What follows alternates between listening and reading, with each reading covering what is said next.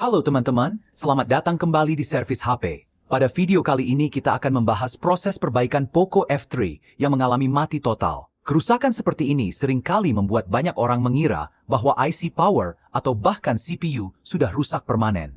Namun pada beberapa kasus, penyebabnya justru berasal dari jalur solder di bawah CPU atau RAM yang mengalami retak akibat benturan, panas berlebih, atau usia pemakaian perangkat. Sebelum kita mulai, perlu diketahui bahwa proses yang akan ditampilkan dalam video ini merupakan pekerjaan tingkat lanjut di bidang servis smartphone. Proses rebuild CPU dan RAM membutuhkan peralatan khusus, pengalaman, serta ketelitian yang tinggi. Kesalahan sedikit saja dapat menyebabkan kerusakan permanen pada motherboard. Oleh karena itu, video ini dibuat sebagai media edukasi dan dokumentasi proses perbaikan. Langkah pertama yang dilakukan adalah melakukan pemeriksaan awal terhadap kondisi motherboard. Sebelum memutuskan untuk mengangkat CPU dan RAM, kita harus memastikan terlebih dahulu bahwa sumber tegangan utama sudah normal, tidak terdapat jalur yang putus, tidak ada komponen short, serta seluruh tegangan penting telah diperiksa menggunakan multimeter maupun power supply. Diagnosis yang tepat merupakan kunci utama agar proses perbaikan tidak dilakukan secara asal.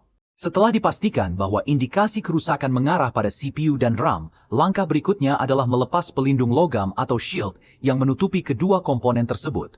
Pelepasan dilakukan secara perlahan agar tidak merusak komponen di sekitar motherboard. Tahap berikutnya adalah memberikan flux berkualitas tinggi pada area CPU dan RAM. Fungsi flux sangat penting karena membantu menghantarkan panas secara merata, mempermudah pelepasan IC, serta mengurangi risiko pad motherboard ikut terangkat. Penggunaan flux yang tepat juga dapat menghasilkan proses rework yang lebih aman.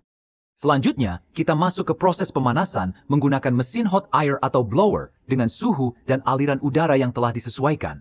Pemanasan dilakukan secara bertahap agar panas menyebar secara merata ke seluruh area IC. Pada tahap ini, dibutuhkan kesabaran karena suhu yang terlalu tinggi dapat merusak chip, sedangkan suhu yang terlalu rendah membuat timah tidak meleleh sempurna.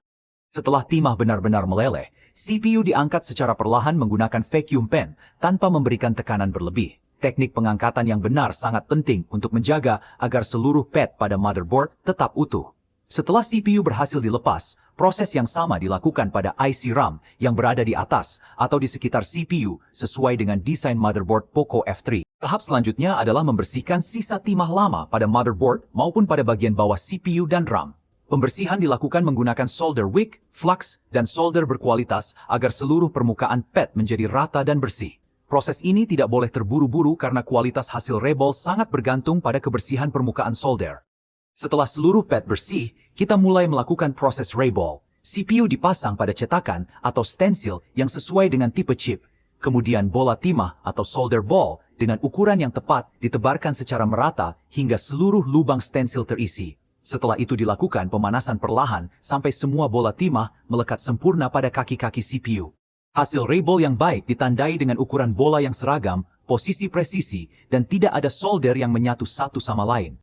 Langkah yang sama kemudian dilakukan pada IC RAM. Karena ukuran pad RAM lebih kecil, proses ini membutuhkan ketelitian yang lebih tinggi. Pastikan tidak ada bola timah yang hilang ataupun bergeser karena hal tersebut dapat menyebabkan perangkat tetap mati total atau mengalami boot loop setelah proses pemasangan selesai. Setelah CPU dan RAM selesai direbuild, langkah berikutnya adalah memasang kembali kedua IC ke motherboard. Posisi pemasangan harus benar-benar sejajar mengikuti tanda orientasi pada motherboard. Kesalahan posisi 1 derajat saja dapat mengakibatkan seluruh jalur tidak tersambung dengan sempurna. Proses pemasangan kembali dilakukan menggunakan mesin BGA dengan pengaturan suhu yang stabil. Saat solder mulai mencair, CPU akan melakukan self-alignment atau menyesuaikan posisi secara otomatis karena gaya tarik permukaan timah. Pada tahap ini, motherboard tidak boleh digeser ataupun terkena getaran hingga proses pendinginan selesai. Setelah motherboard kembali dingin, dilakukan pemeriksaan visual menggunakan mikroskop untuk memastikan tidak ada komponen kecil yang bergeser, hilang, atau mengalami short akibat proses pemanasan. Pemeriksaan ini sangat penting sebelum motherboard diberikan tegangan. Tahap berikutnya adalah pengujian menggunakan power supply. Arus awal diamati untuk memastikan tidak terjadi short circuit. Jika konsumsi arus sudah terlihat normal, motherboard dapat dirakit kembali ke dalam rangka Poco F3. Inilah momen yang paling ditunggu-tunggu. Setelah seluruh komponen dipasang kembali, tombol power ditekan dan kita melihat apakah perangkat berhasil hidup. Jika diagnosis sejak awal sudah tepat serta proses rebuild dilakukan dengan benar, Poco F3 akan kembali menyala, menampilkan logo booting, kemudian masuk ke sistem Android seperti semula. Namun perlu diingat bahwa tidak semua kasus mati total dapat diselesaikan hanya dengan melakukan rebel CPU dan RAM. Ada beberapa kondisi di mana CPU mengalami kerusakan internal, RAM rusak permanen, atau jalur PCB bagian dalam motherboard telah putus sehingga diperlukan tindakan perbaikan yang berbeda. Oleh karena itu, diagnosis yang akurat tetap menjadi faktor terpenting sebelum melakukan pekerjaan sebesar ini. Semoga video ini dapat memberikan wawasan mengenai bagaimana proses rebel CPU dan RAM dilakukan secara profesional pada Poco F3.